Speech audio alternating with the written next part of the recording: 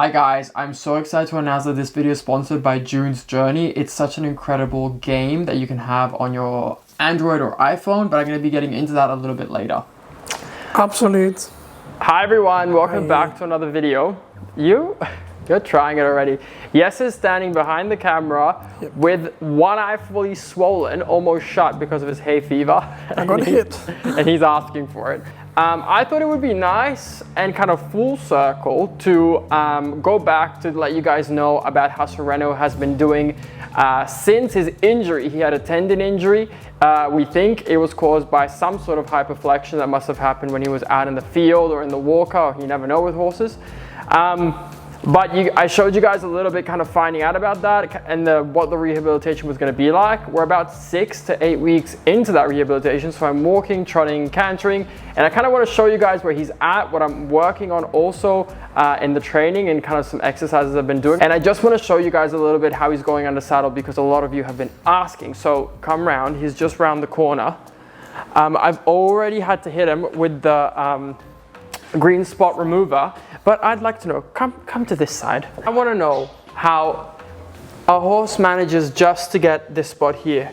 Nowhere else, just on top of the wither. Well, because the poo was probably only there.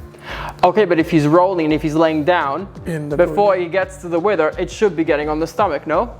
He can't just like touch it like that, no? Yeah, but maybe he was laying in the stable, then he laid flat, and then he laid in it. Ooh, this blonde one is not too dumb, is he? But okay, so this is what he's looking like. He has lost a bit of weight. He has been putting on a bit of muscle over the top line. Just try and look past the stain. But there is a good amount of muscle that is coming back over his top line. I'm going to be showing you guys kind of what I've been doing to get that back in the training. The neck's looking a little bit more pumped and firm. Overall, I think he's looking good. I've shaved all of his legs, so you can't see which one the leg was anymore, but it's this front one here. You shave it or clip it? I clipped it, shaved the same thing. No, shave is something else, but it doesn't matter. I know now, you have to. Now she knows English, huh? All right. And how's he feeling? It's funny how we both actually, it's not our mother tongue, either of us. Like English is my second language because Italian is my first language. I was born in Italy and I lived there for 10 years and I only knew English from the age of 11. But yeah, anyway, we're sidetracking. But yeah, visually you could actually never see anything on that leg. So nothing has changed visually to that. But I've not seen any more lameness. I've not seen anything. So I'm going to show you guys today and hopefully that's the case still. But what I do have to say, and you'll see it, he is very weak because he's had, 2.5, 3 months off. And he does need some time now to rebuild, but I'm going to show you how we're doing that and where we're at in the training for that. So let's get him saddled up. And that's the beautiful thing about this patch. We're going to put the saddle cloth right over it.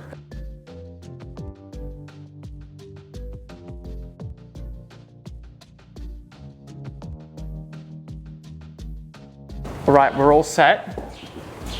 We're going to go into the indoor. I think that's a little bit easier to hear everything. And I've actually been liking, he wants his sugar. He knows it's here. Hey. Oh, my bit's really dirty. I must not have cleaned it very well yesterday. And the day before. Don't look at that. Before that. Oh, I usually clean my bits. Oh, not when I make you. What? Do you never clean them? I always clean them. That's not true. I always had everything impeccable when you met me. It slowly digressed because I got used to your standards. Oh, I always clean a bit if I use one. What bit? You write bitless. Say if I use one. Look how pretty he is. He looks good, no? Hey, sweetie. He's like, you've got sugar for me? What I've been doing with him now is I've been doing about 20 to 25 minutes a day. I usually start with a nice stretched walk. Then I do a little bit of collected walk. I go into more like of a stretched trot. And then I do some canter work. And now I've been starting to introduce a few exercises as well, just to start to strengthen his back a little bit. And it's been going really good. So let's hope it stays that way. So let's talk a little bit about 𝒍𝒍𝒐𝒘 journey. Now this is exactly the thrilling adventure you've been waiting for in terms of games. June's Journey is a hidden object mystery game You'll be able to relax with a story of romance, intrigue, and mystery in this exciting hidden objects game straight from the roaring 20s. Dive into June Parker's captivating quest to unveil a scandalous family secret with a diverse cast of characters involved. I found this game to be extremely relaxing and provided a nice escape into a complete other world, which I really love when games do that to me, when they take me away and I'm fully involved in what's going on. I found it to be lightly challenging in a way that I didn't get stuck or frustrated throughout the gameplay, and I didn't have to like go look up how to do things or find myself stuck in a place where I didn't know how to move on further. June's Story is free to download, and I highly recommend you guys checking it out and downloading it and seeing for yourself just how fun this game is. But now back to the video. So I'm feeling, of course when I talk he does that. So I'm feeling him nicely warmed up, and kind of what I'm looking for now is for him just to want to gravitate towards the hand and to stretch down, because we're going to be starting in more of a stretch trot. And I really am trying to kind of drop the neck significantly, because he is a little bit higher in the back. In order for me to be able to engage his back, I do need to be able to drop the neck quite fast so the back can start to round a bit more naturally. And especially because I am asking him to do this whilst we're in a slow trot. I'm not really asking for a lot of collection through the impulsion of the back. I'm asking him just to round through going a little bit lower in the neck. And this is just, it's still an open position, and if he falls behind the vertical, especially now because we're training and I'm putting him in a place to kind of help his back, I'm not really too worried. And that's, I guess, a little bit of a topic that we've already discussed on my channel, is when horses go behind the vertical, a lot of times it is just from weakness. You know, they don't have the strength yet to carry themselves properly in that head carriage, and certainly Țățăreanu, you'll see later when I'm introducing a little bit more power from the hind, he can definitely do that.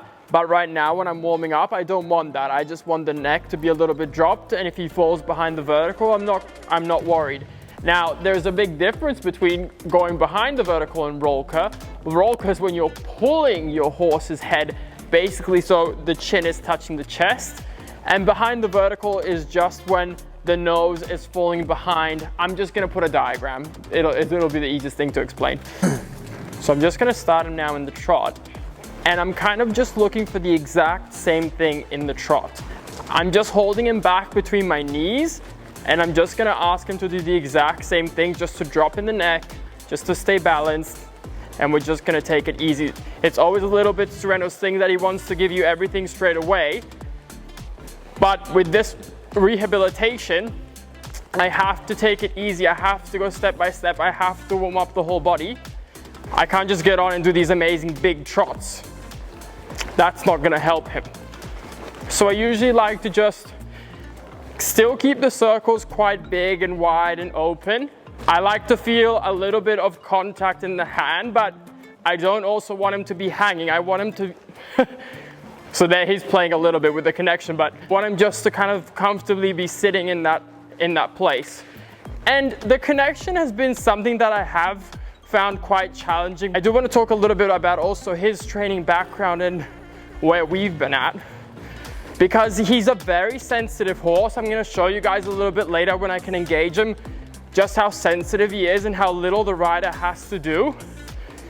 And he comes across as, you know, a very sturdy horse on the ground. He's very relaxed, he's very easy, but he's actually very insecure under the saddle. And this is something that has greatly improved. It's something that we're constantly building on, because it can always get better.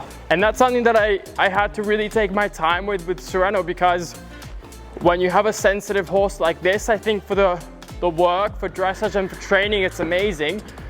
But it can also easily work a little bit against you when you have so much power there, and when you have a horse that is listening so finely.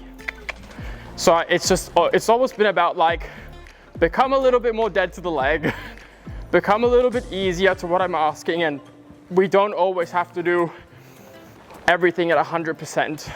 And something we've been working on with him that we've had to revisit is he thinks releasing the contact is an opportunity or an invitation to go forward and change the rhythm.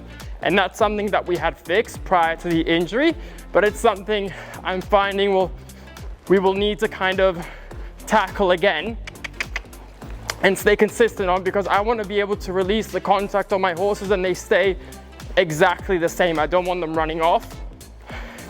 I want to be able to be in a light contact and nothing should change. Now, as you can see, we're in the next stage of the trot where I can lift him up a little bit more. I can support him. I can start to move my lower leg a tiny bit more back and ask for that suspension and that bounce just a tiny bit. We've now lifted the neck and we're now asking him to stay connected, stay round in the back, but using the engine and powering on.